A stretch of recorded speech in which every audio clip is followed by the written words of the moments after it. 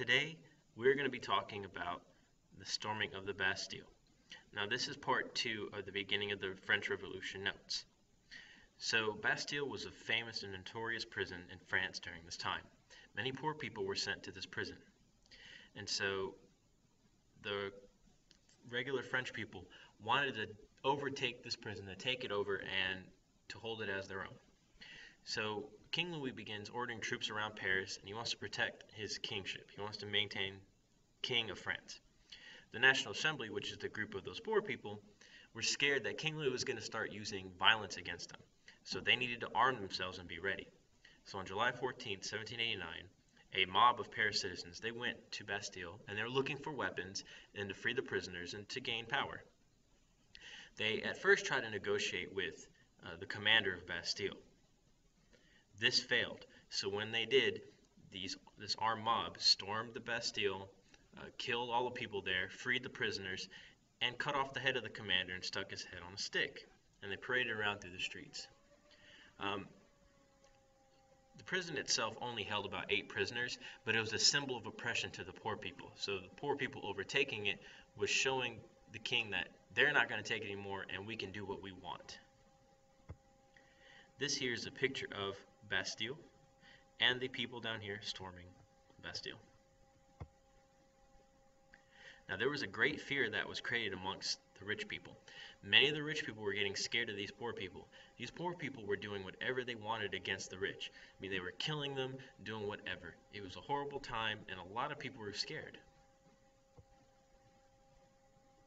Now, the poor people wanted to create a new nation.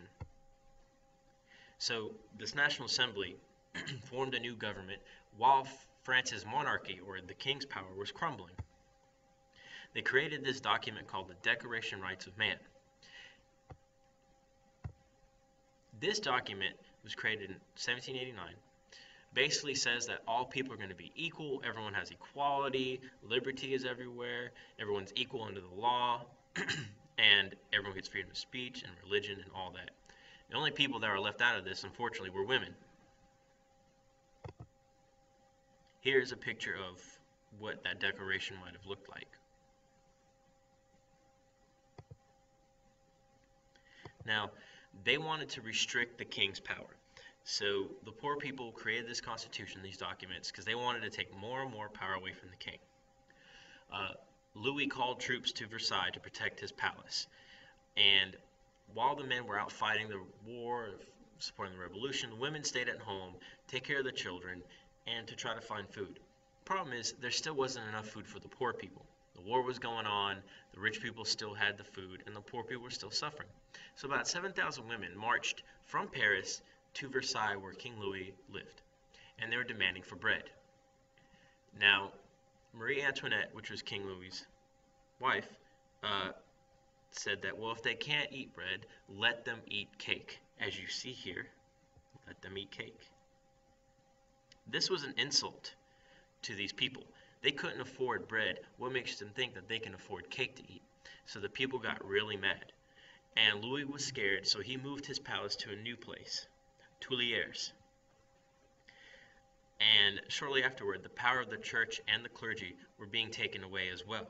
So the people are gaining more and more power.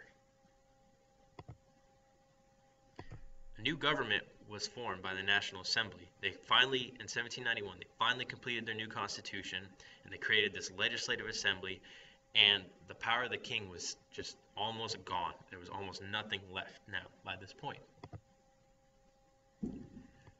Then, eventually, the monarchy ends.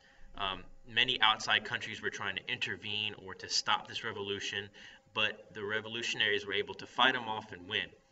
And in 1792, a mob of revolutionaries marched into the palace and they threw the royal family in jail.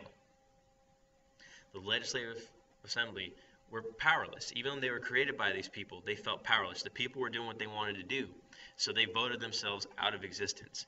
And a new legislative was created called the National Convention. And this was made up of all these radical revolutionaries, these people who were doing what they wanted to do and taking matters into their own hands. All these foreign interventionists or people coming in to stop the revolution were kicked out. they were defeated, and France's new government was created, a government formed by the people. In the next video, we will talk about the Republic.